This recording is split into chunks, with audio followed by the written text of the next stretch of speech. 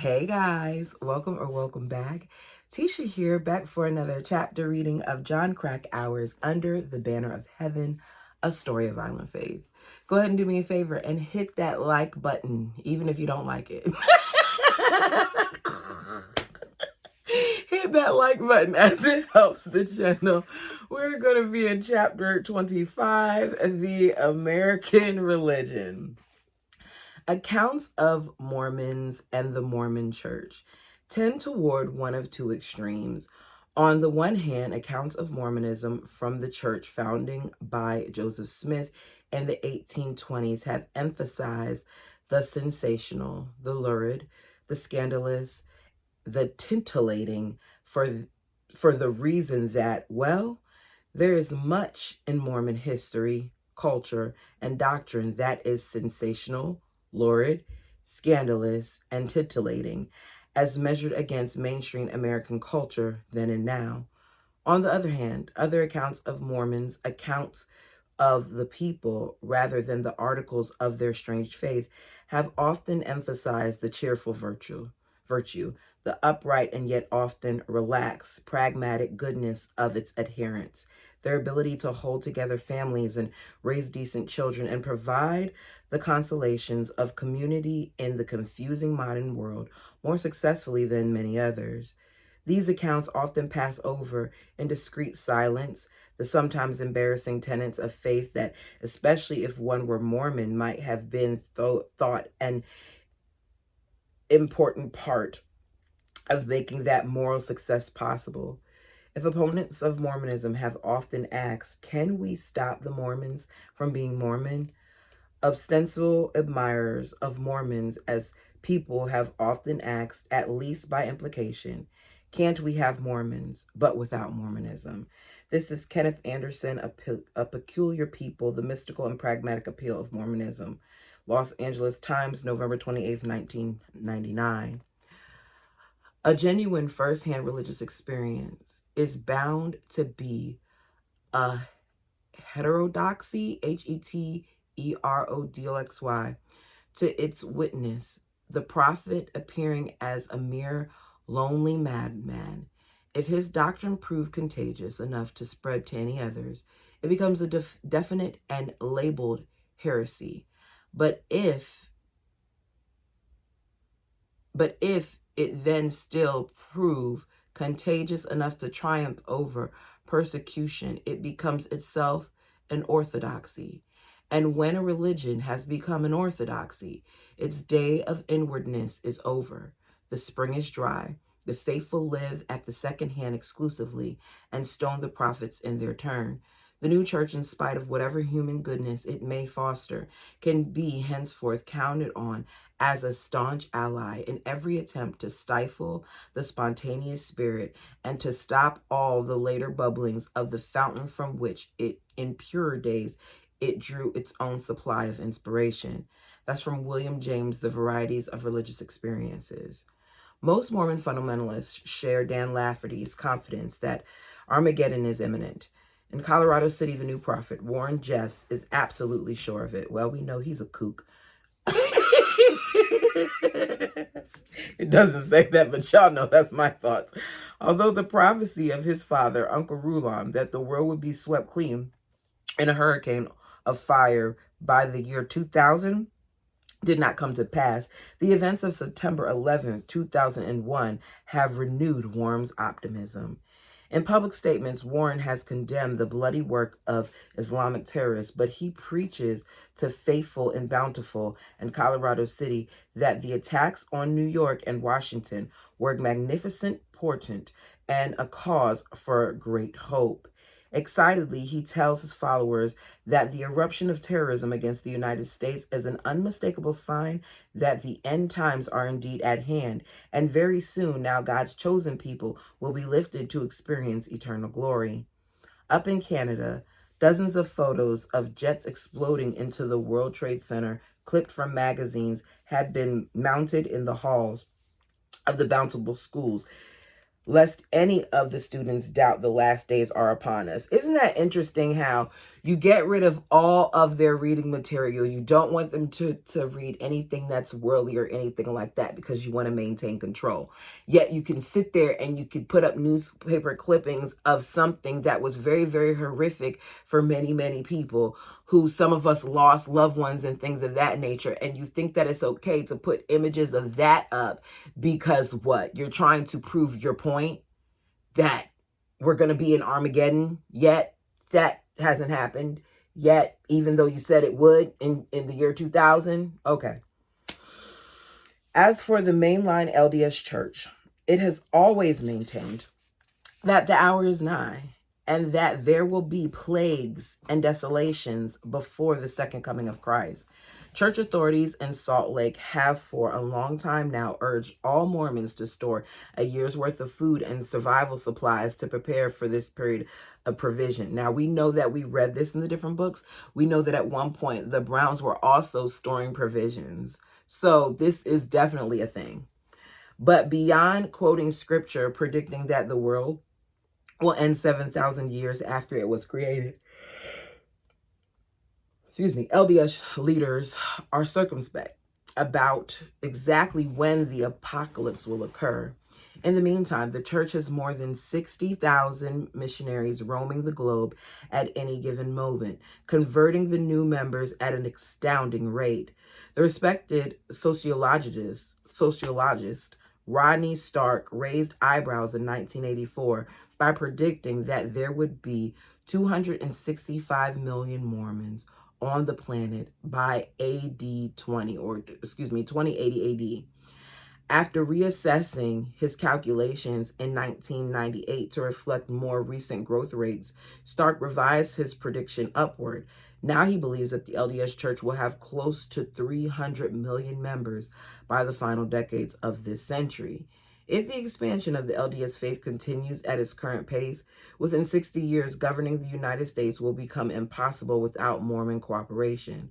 According to the eminent scholar Harold Bloom, Sterling professor of the humanities at Yale University and an unabashed admirer of Joseph Smith and the Mormons. In 1992, in his influential book, The American Religion, Bloom wrote, "Two aspects of the saint's vision seem starkly central to me. No other American religious movement is so ambitious, and no revival even remotely approaches the spiritual audacity that drives endlessly towards accomplishing a titanic design. The Mormons fully intend to convert the nation and the world to go from some 10 million souls to 6 billion. Later in the same book, Bloom made a bold prediction about what the LDS leadership will do when it gains sufficient political leverage. And who can believe that Mormons ever would have turned away from the practice of celestial marriage if it were not for the federal pressure? I cheerfully do prophesize that someday, not too far on in the 21st century, the Mormons will have enough political and financial power to sanction polygamy again. Without it, in some form or another, the complete vision of Joseph Smith can never be fulfilled."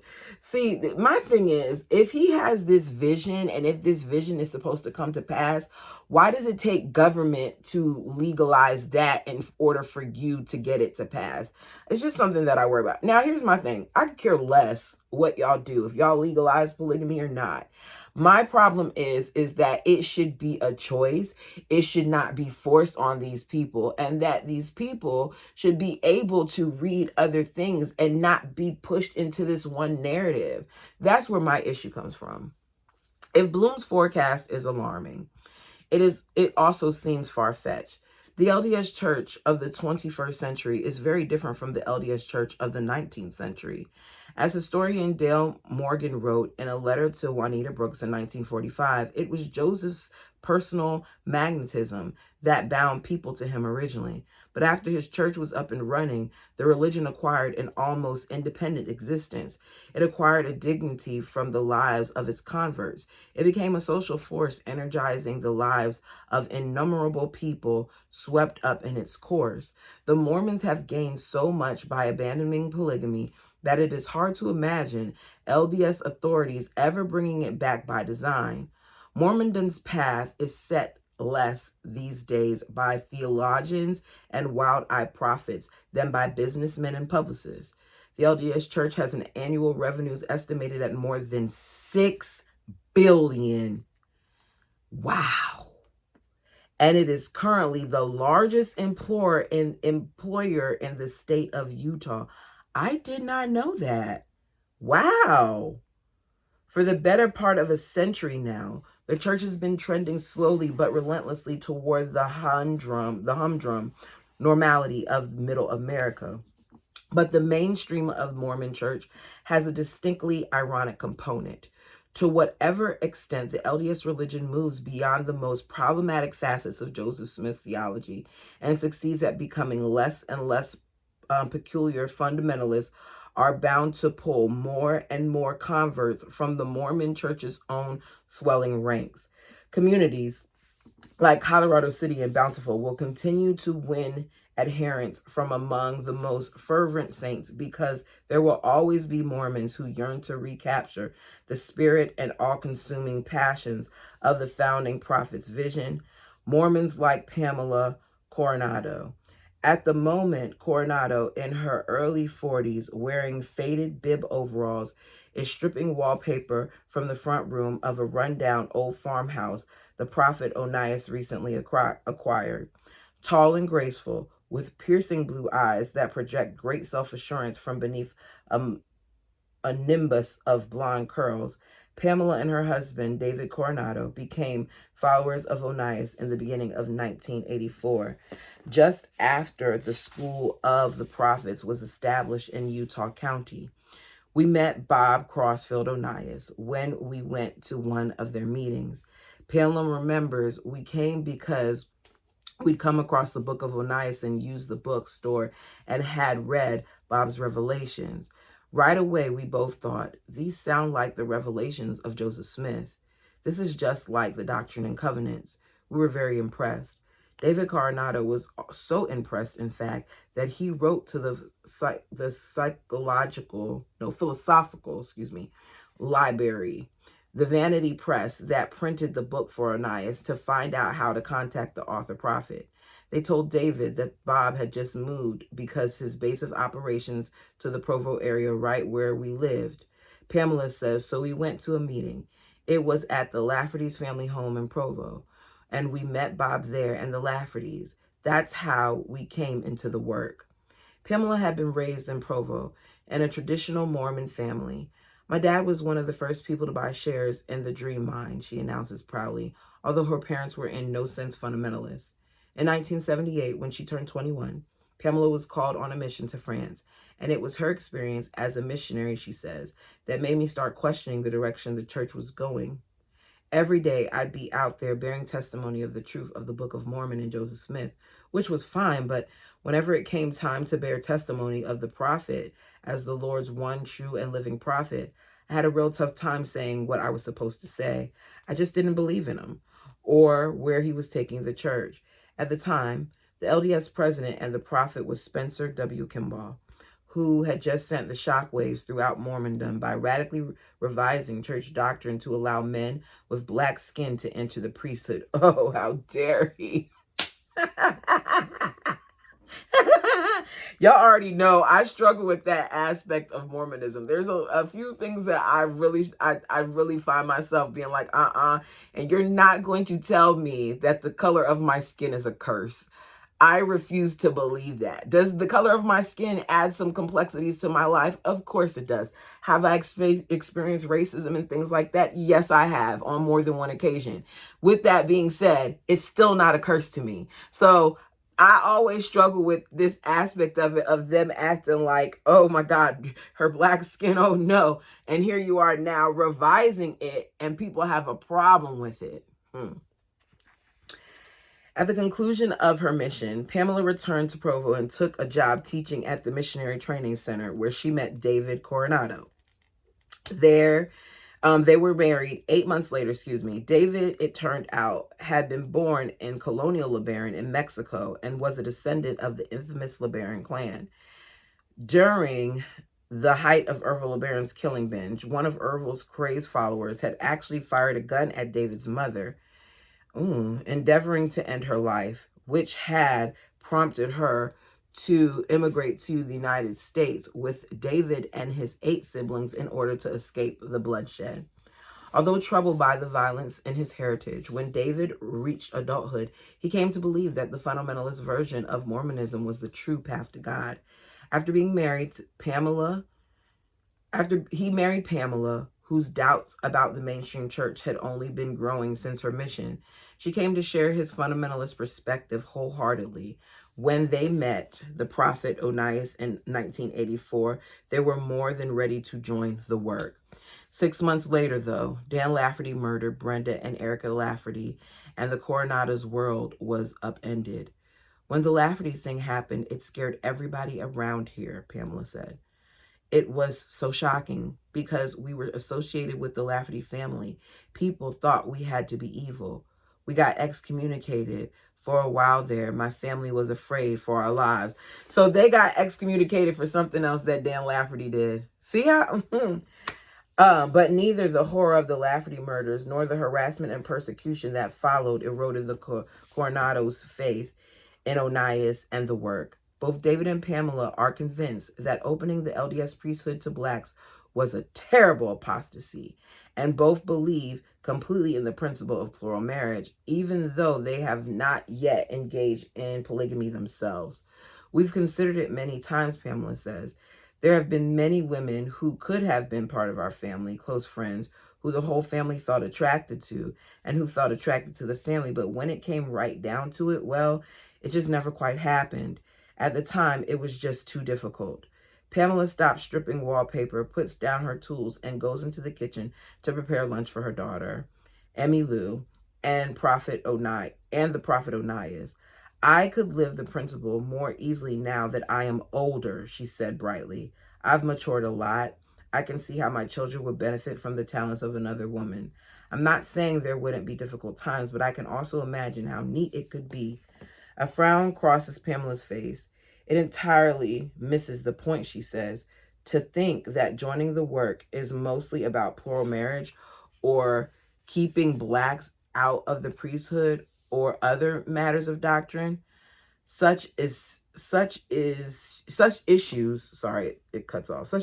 she insists, are only the superficial reasons for her belief. She says the real basis for her faith is spiritual. It's all about the it's all about the spirit that exists in your heart. Hearing this, the prophet Onias pipes in. The LDS church has pretty well lost the spirit, he says. You go and hear them on Sunday, or you hear the things that they say at the general conference, and you realize most of them feel nothing. In marked contrast, the spirit burns for Pamela with a white-hot flame. The energy she draws from it is palpable. One can almost feel the heat emanating from her skin, I tell you, Pamela says, pressing her hands to her chest, beaming. When you feel that spirit, the real spirit, there is nothing like it. You're full of fire inside of you. And that fire is being spread very effectively to the next generation of fundamentalists. Pamela's daughter, Emmylou, who is on the cusp of adolescence, lays out the plans for a house she has designed across the dining room table. Okay, Emmylou. I did it on the internet according to the principle. Oh, boy, she declares shyly, and then points out the home's numerous special features. The exterior is going to be named Earth, or maybe Adobe. Adobe. I can't remember how you're supposed to pronounce it with that thing, but y'all know Adobe. She explains it's 85 feet long by 70 feet wide, all on the floor. This center part here will be open like a courtyard. Over on this side is where the children's rooms are. One for the girls, one for the boys. Plus there's a nursery for the young ones. The father's room, the master bedroom, is over here. And these are the mother's rooms, plural. One wife here and here, the other wife there, over here. And the neat thing is there's space to add another room here for a third wife. She hasn't even reached adolescence, but this goes back to this is what they're taught. As she describes the many unique elements she has designed, her enthusiasm builds. By the end of the ritual tour, her eyes are gleaming. This is her dream home. customized for what she imagines to be the perfect life, the life that she hopes to live when she grows up. Chapter 26. Is it Canaan Mountain? Let me make sure I'm pronouncing this right. Ooh. Canaan Mountain. In the plateau country, the eye is not merely invited, but compelled to notice the large things. From any point of vantage, the view is likely to be open, not with the 12 or 15-mile radius of the plains, but with a radius that is often 50 and sometimes even 75 miles. And that is a long way to look, especially if there's nothing human in sight. The villages are hidden in the canyons and under the cliffs. There is nothing visible but the torn and slashed and wind-worn beauty of the absolute wasteland. And the beauty is death, where the grass and the trees and the bushes are stripped off and the world laid naked. You can see the globe being torn down and rebuilt.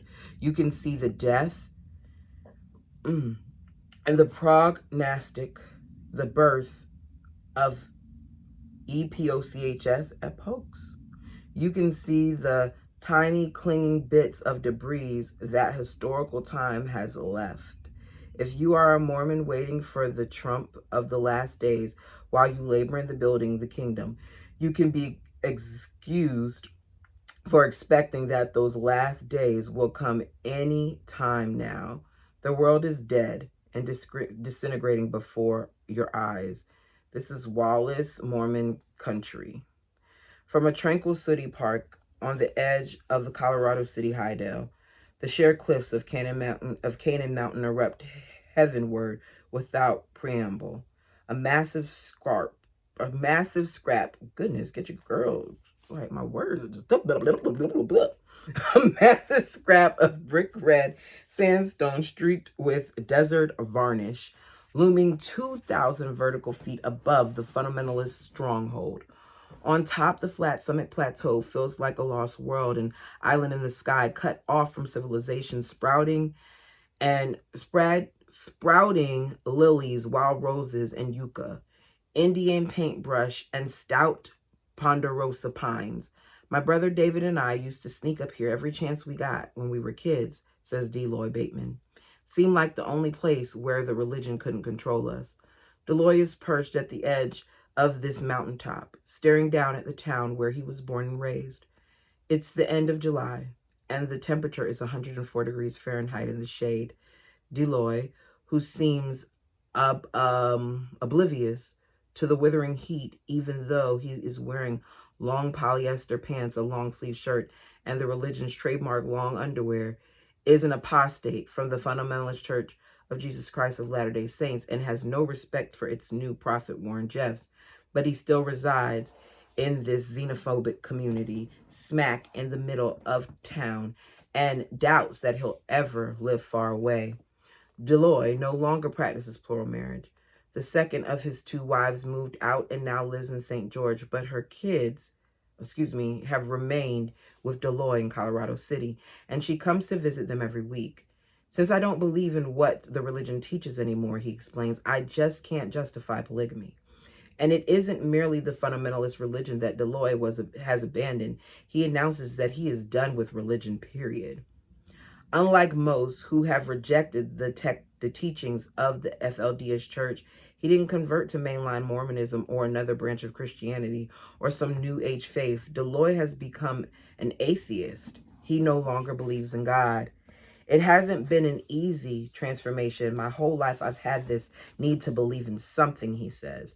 I've wanted answers to why we were put here just like everybody else. The religion provided those answers, and there is so much else that's good about it. The truth is, everything I have ever learned came from this religion. It made me what I am, and I'm proud of what I am.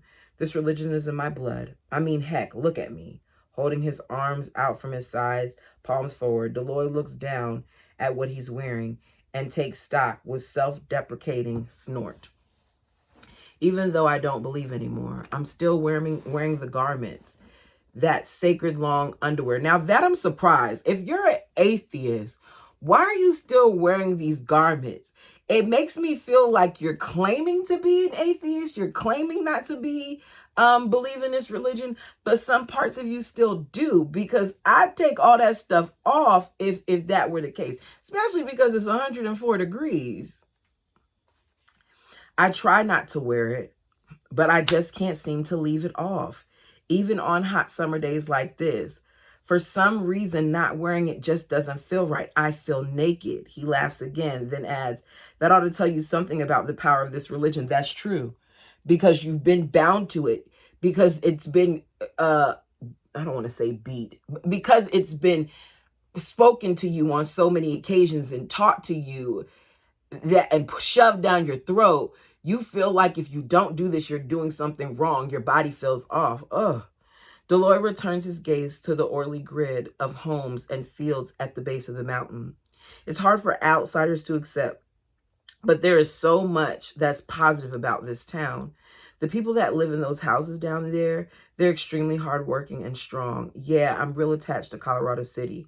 I think it's a real good community to raise a family in, Deloy says this and means it, even though he's talked at length to several of the women in town who've reported being sexually abused as girls and insists that pedophilia is rampant within the community. That's crazy. I hate that. I don't doubt their stories are true, he acknowledges. I know for a fact there's men in the priesthood who have slept with their own daughters, which is horrible. It's disgusting. It's disgusting. But that kind of thing goes on everywhere, and I actually think there's less of it here than on the outside world. Oh, wow.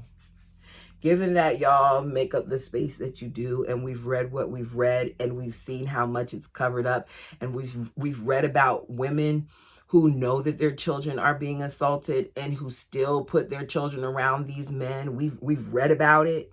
We read it in The Polygamous Daughter. We read it in oh, goodness gracious, Irene Spencer's book. Like, there have been occasions where we've read where these kids tell their moms and nothing happens.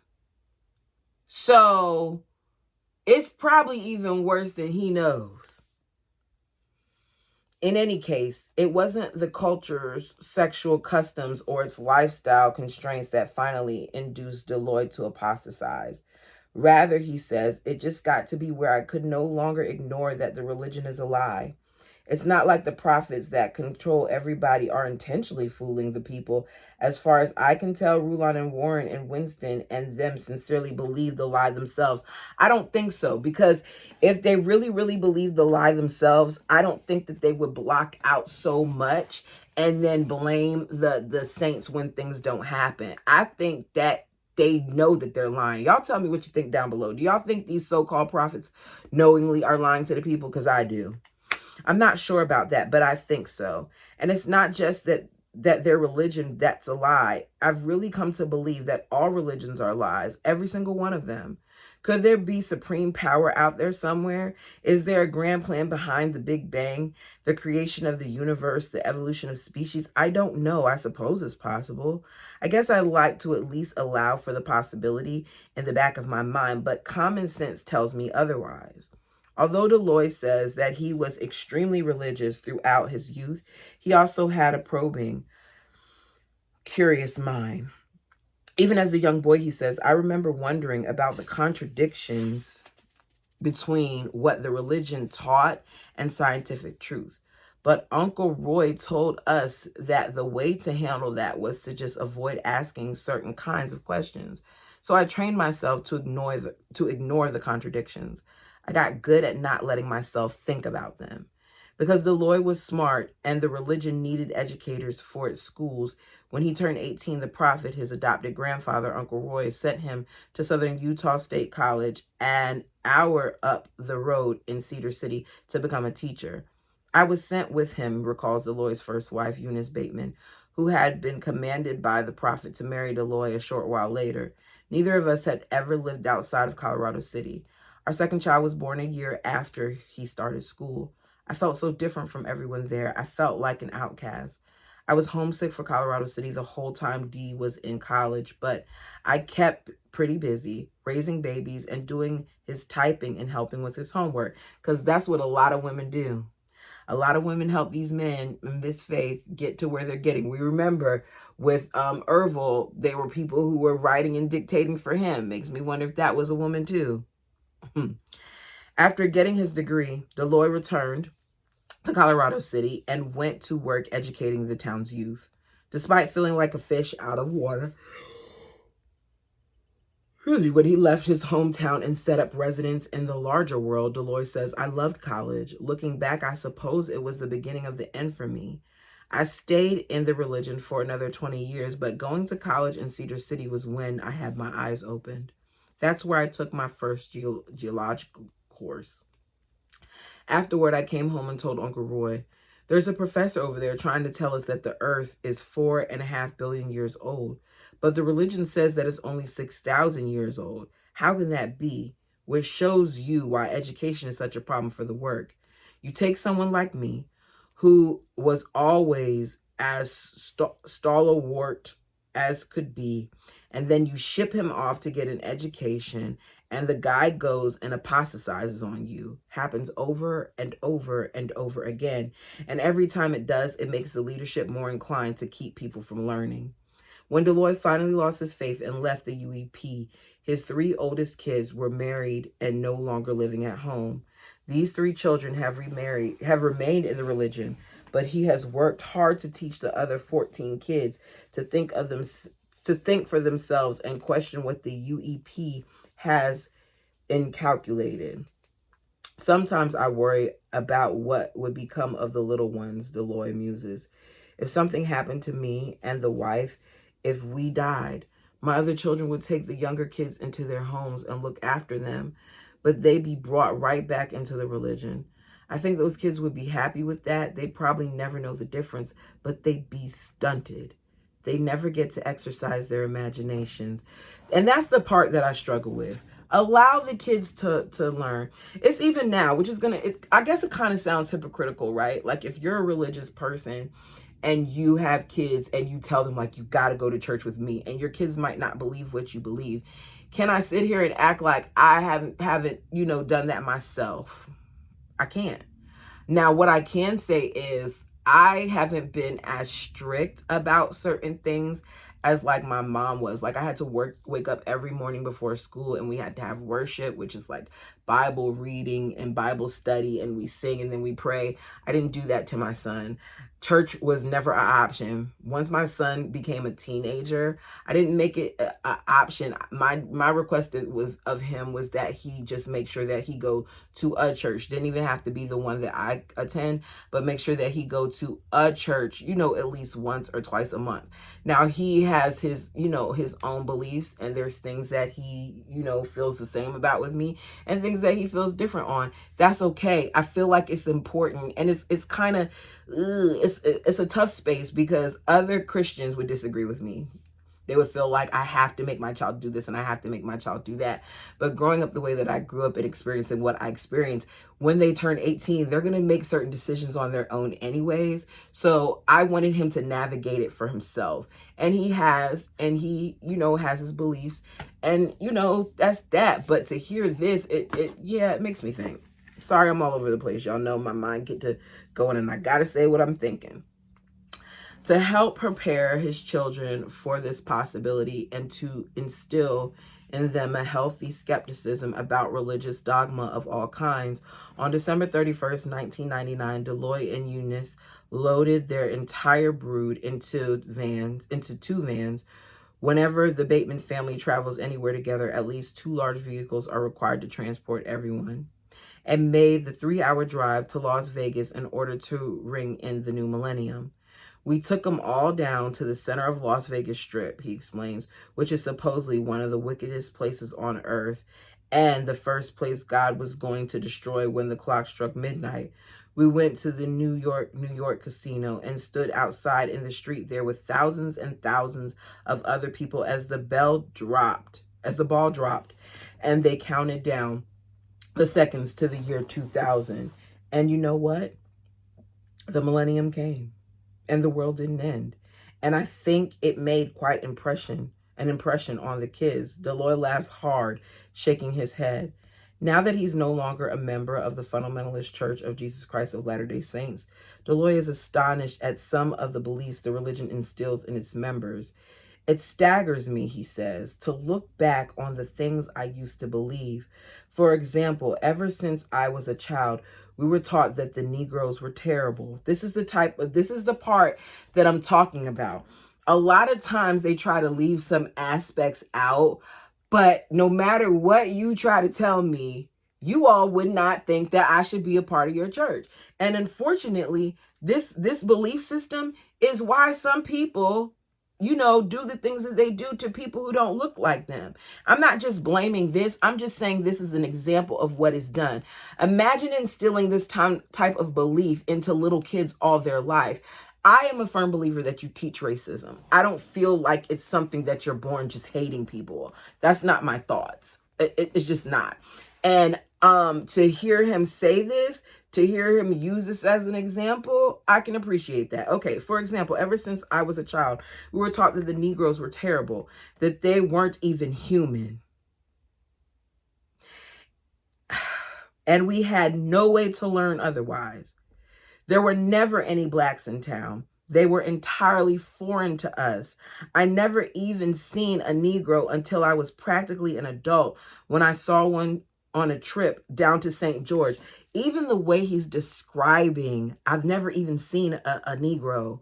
I've never even seen a black person until it's the way that it comes out that just shows you how foreign it all is to him, right? I remember staring at him for just as long as I could stare. I never encountered such a creature. A creature? Okay. It was like he was some kind of strange animal to me, because that's how some people view. That's an awful thing to believe, I know. I'm glad you're saying that. I feel guilty about it now.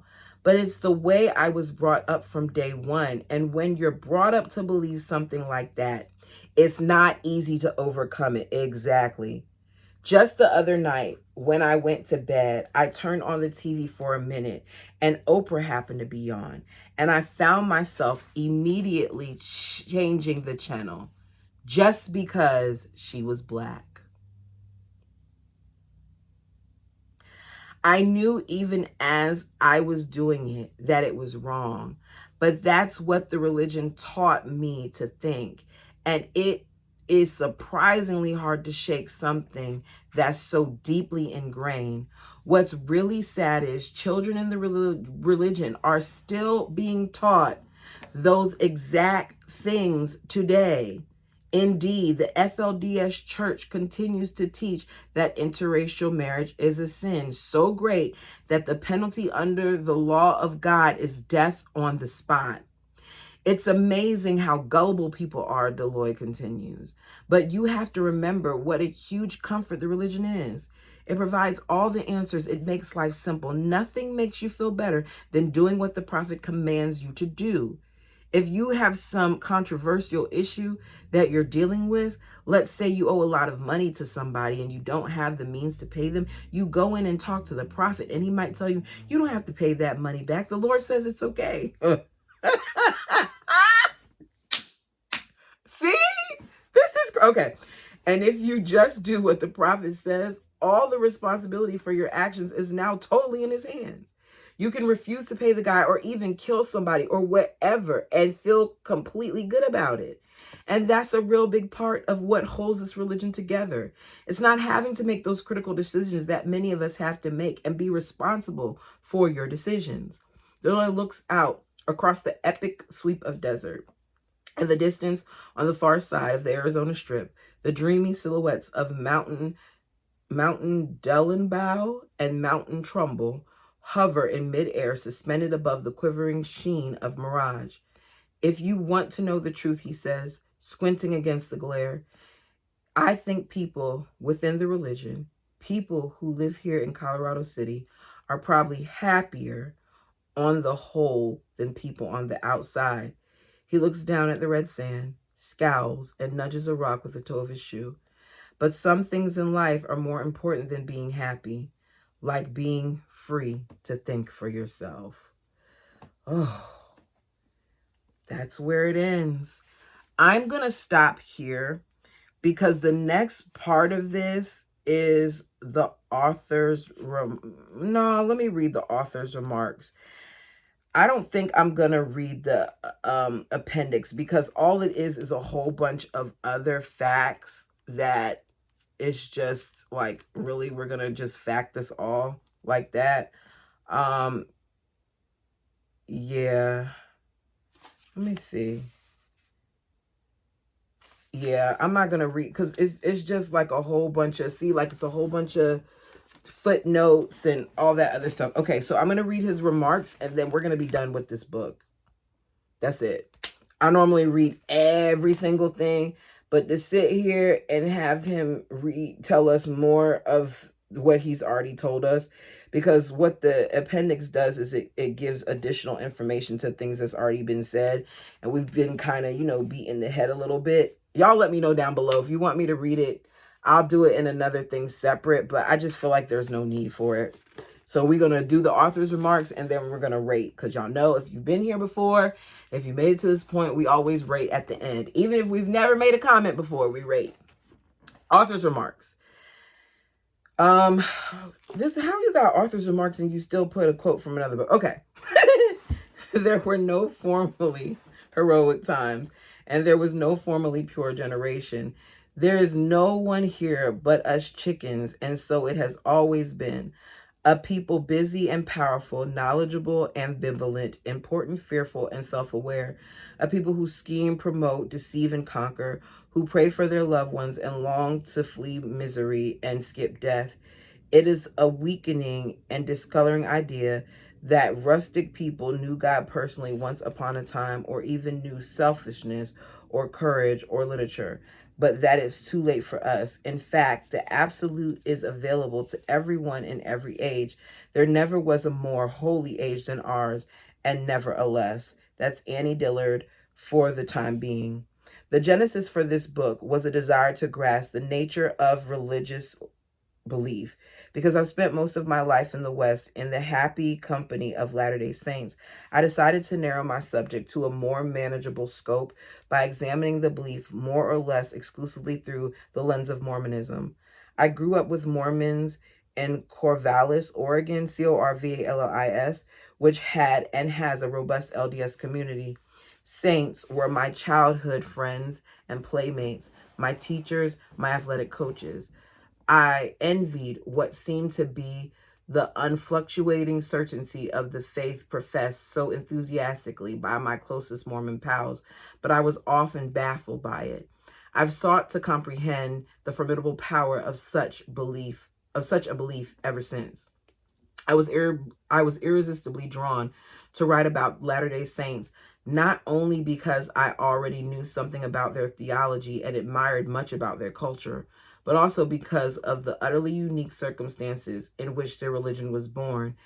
The Mormon Church was founded a mere 173 years ago in a literate society in the age of printing press. As a consequence, the creation of what became a worldwide faith was abundantly documented in first-hand accounts. Thanks to the Mormons, we have been given an unprecedented opportunity to appreciate in astonishing detail how an important religion came to be. I must confess that the book you are now reading isn't the book I set out to write. As originally conceived, it was going to focus on the uneasy, highly charged relations between the LDS Church and its past. I'd even come up with the title, History and Belief. I intended to explore the inner trials of spiritual thinkers who walk in the shadows of faith, as Perry Teilhard de Chardin described it. How does a critical mind reconcile scientific and historical truth with religious doctrine? How does one sustain belief when confronted with facts that appear to refute it? I was fascinated by the paradoxes that resided at the intersection of doubt and faith, and I had a high regard for continual skeptics like Teilhard, who somehow emerged from the fray with their beliefs intact. The research, however, kept pulling me onto a slightly different heading. And after fighting it for many months, I decided to surrender to this unplanned course to see where it might take me. The upshot, for better or for worse, is that I wrote Under the Banner of Heaven instead of History and Belief. Who knows, maybe someday I yet will complete the latter. I spent approximately a year writing this book and more than 3 years doing the research on which the writing is based. I traveled many thousands of miles to visit the saints' most sacred sites and to interview dozens of individual Mormons, fundamentalist Mormons, and apostate Mormons face to face. I interviewed others on the telephone. Some of these people asked me to protect their privacy, and I have done so by giving them pseudonyms in the pages. In the case of Dan Lafferty, I visited him in November 2001 at Point of the Mountain in the maximum security unit of the Utah State Prison. After my initial interview, which lasted the better part of an afternoon, he answered countless follow-up questions with unsettling candor by writing me many long, detailed letters. Additionally, I reviewed thousands of pages of transcript from the 3 trials and numerous hearings that ultimately determined the guilt of Dan and his brother Ron. In an essay titled The Empire of Clean, Timothy Egan, a reporter from the New York Times, observed, "In the Beehive State of Utah, nearly every town, church, and family of any standings keeps a record, a daily diary of the Mormon dream. Typically, it is a ledger of life on 2 levels, one long struggle and triumph, the story of the creation of Zion in the American West, the other more spiritual but no less detailed. They know in Orderville exactly who was hungry in 1912 and who committed adultery in 1956, but they also know whether somebody's ancestor from the 15th century has been given a valid passport to eternal life. Every wagon train drama, every horrific entry from the epic, killing mistake of the handcraft migration, every basketball championship over the Indian kids in Carbon County is written down somewhere. No state has more keepers of history or better archives, honeycombed and climate-controlled vaults than Utah. Mormons have made a workday craftsmanship of keeping the past alive. There is a record, the saints like to say, of everything." But how much is that altered? Because we already know that there's some things that have been lied about or hidden. So it just makes me wonder. I availed myself on this rich history by draining my bank account in bookstores near and far. I also made several visits to the archives of the Utah State Historical Society in Salt Lake City and the Harold B. Lee Library at Brigham Young University in Provo. During my reading, I was struck by the impact 3 writers in particular have made on the interpretation of Mormon history. Fawn Brodie, the author of No Man Knows My History; Juanita Brooks, the author of The Mountain Meadows Massacre; and D. Michael Quinn, the author of Early Mormonism and the Magic Worldview, The Mormon Hierarchy, Origins of Power, and The Mormon Hierarchy, Extensions of Power. Each of these historians were born into Mormon church, and their faith, or loss thereof in Brodie's case, informed and enhanced their scholarship, which is distinguished by its courageous, unflinching honesty. Brodie died in 1981 and Brooks in 1989, but Quinn, currently 58 years old, is still a productive scholar at the height of his intellectual powers. Quinn's writing lacks the eloquence of Brodie's and the embellished narrative force of Brooks, and as a consequence, his books have not been widely read by the general public. The influence of his prodigious work, however, has been huge among Mormon historians, and no writer since Fawn Brodie has provoked such intense condemnation from the LDS general authorities. Quinn studied as an undergraduate at BYU, went on to receive a doctorate from Yale, and then returned to BYU as an inspired professor of history. He first aroused the ire of LDS leaders in 1981 when he presented a now infamous lecture to the BYU Student History Association entitled On Being a Mormon Historian. It was a response to a recent attack on those academics like Quinn who dared to publish work that was critical of the church's official, extensively expurgated version of Mormon history. The tragic reality, he declared in his lecture, is that there have been occasions that church leaders, teachers, and writers have not told the truth. They knew about difficulties of Mormon past, but have offered to saints instead a mixture of platitudes, half-truths, omissions, and plausible denials. That's why I said, y'all, they say that everything is written down, but a lot of it y'all trying to hide or alter. Quinn argued a so-called faith promoting church history, which conceals controversies and difficulties of the Mormon past, actually undermines the faith of Latter-day Saints, who eventually learn about the problems from other sources. One of the most painful demonstrations of that fact has been the continued spread of unauthorized polygamy among the Latter-day Saints during the last 75 years, despite the concerted efforts of church leaders to stop it. Quinn pointed out that after officially renouncing the doctrine of plural marriage in 1890, the highest leaders, in fact, continued to sanction polygamy covertly for many years, and this castrosity, he insisted, has driven many Mormons into the embrace of fundamentalism. The central argument of the enemies of the LDS Church, Quinn said, is historical, and if we seek to build the kingdom of God by ignoring or denying the problem areas of our past, we are leaving the saints unprotected. As one who has received death threats from anti-Mormons because they perceive me as an enemy historian, it is discouraging to be regarded as subversive by men I sustain as prophets, seers, and revelators. The text of Quinn's lecture, which resonated strongly among Mormon intellectuals, was printed on the front page of the Underground Students newspaper, infuriating the LDS general authorities in Salt Lake City and sparking a raging controversy that made the pages of Newsweek magazine. It was the beginning of Quinn's fall from grace in the church he loved. By 1988, he was pressured into resigning his tenure professorship at BYU. And in 1993, following a highly publicized hearing by the LDS Disciplinary Council, he became one of 6 prominent Mormon scholars who were excommunicated from the LDS Church for apostasy. Because how dare you talk about the truth? The church wanted to send a very public message to descendants. Quinn says their goal was intimidation and to silence. Banishment from the church came as a harsh blow. Even if you have all kinds of objections to the church policies, he explains, when you're a believing Mormon, to be excommunicated is like a form of death, which if you watched Big Love, when Barb gets excommunicated, how much it bothers her, this is why, because who wants to just be free floating? It's like attending your own funeral. You feel the loss of sense of community. I miss it deeply. Quinn standing in the LDS Church was not helped by the fact that in the mid-1980s, he revealed that he is gay.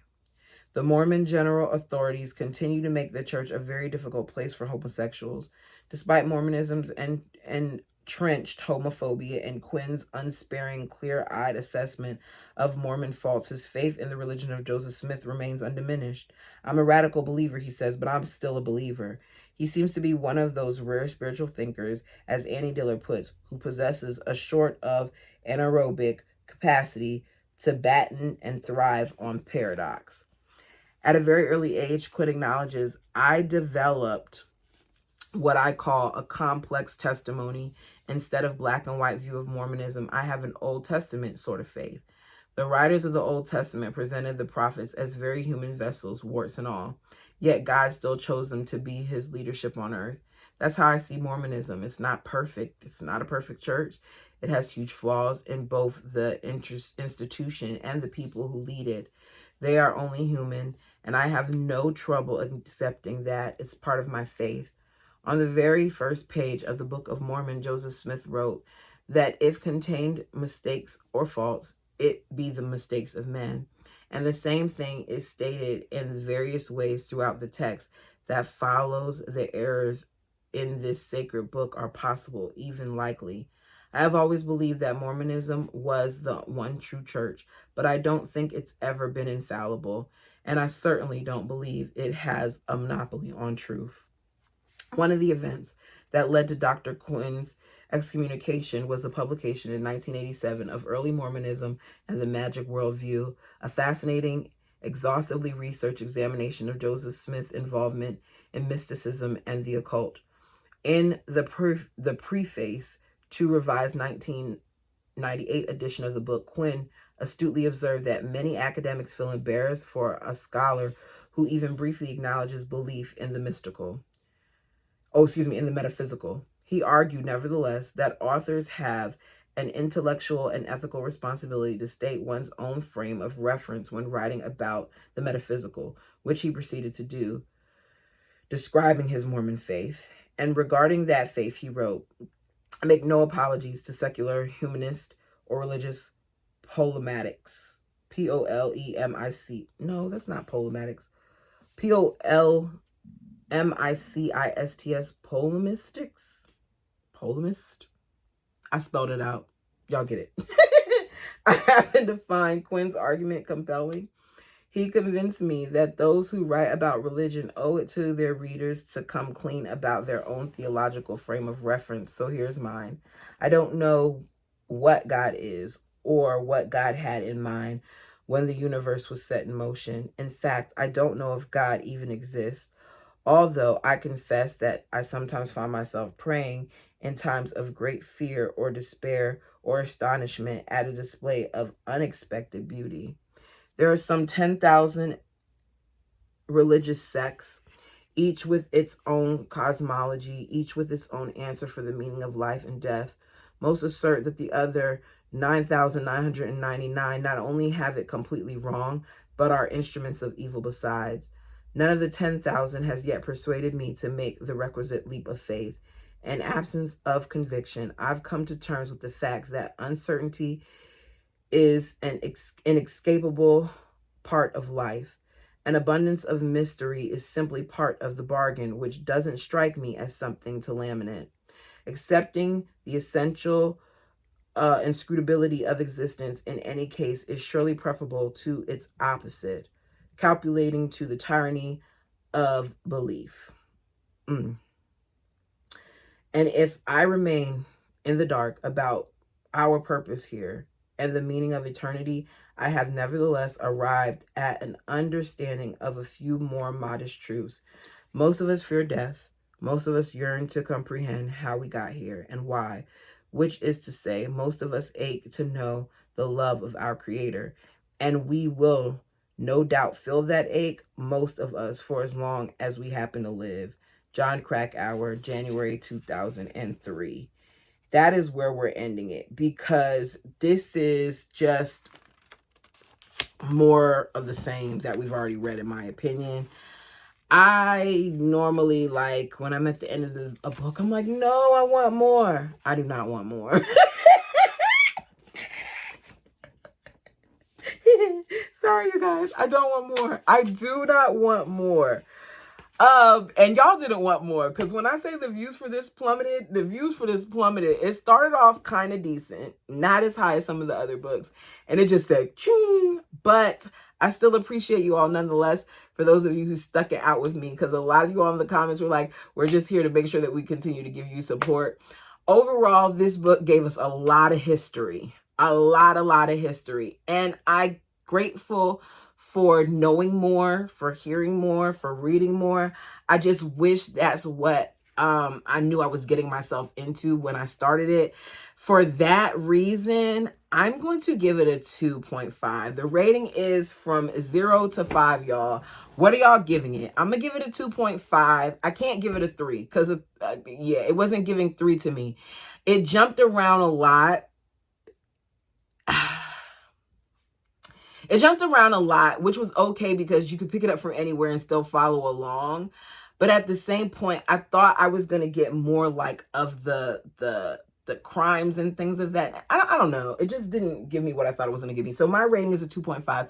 Put yours down below. For those of you who stuck around, I'm going to go ahead and let you know what the next book is since you stuck around. The rest of you will find out. Well, the rest of the fam will find out when I start reading. So our next book, I didn't check the pronunciation of her name. I think it's Helga Ziner. Ziner. It's called Section 132, A Child Bride Forced into Polygamy. Now, when this book first was purchased, I thought that it was going to be a memoir, but it is not a memoir. What it is this young lady wrote about some things that she is aware of, as well as some fictional concepts.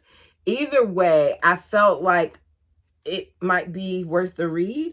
So we'll see. I'll go ahead and read the back for you guys, and then I'm out. Lillian grows up in an American fundamentalist Mormon sect. At 13, she becomes the child bride of a Canadian bishop. His compound is located deep in the wilderness of British Columbia, totally isolated from the rest of the world. When land developer Richard Bergman buys the property next to the bishop's land, he learns that Lillian is trying to escape from the compound. He wants to help, but the bishop's sect lives by Section 132, the covenant of plural marriage dictated by Mormon church founder Joseph Smith.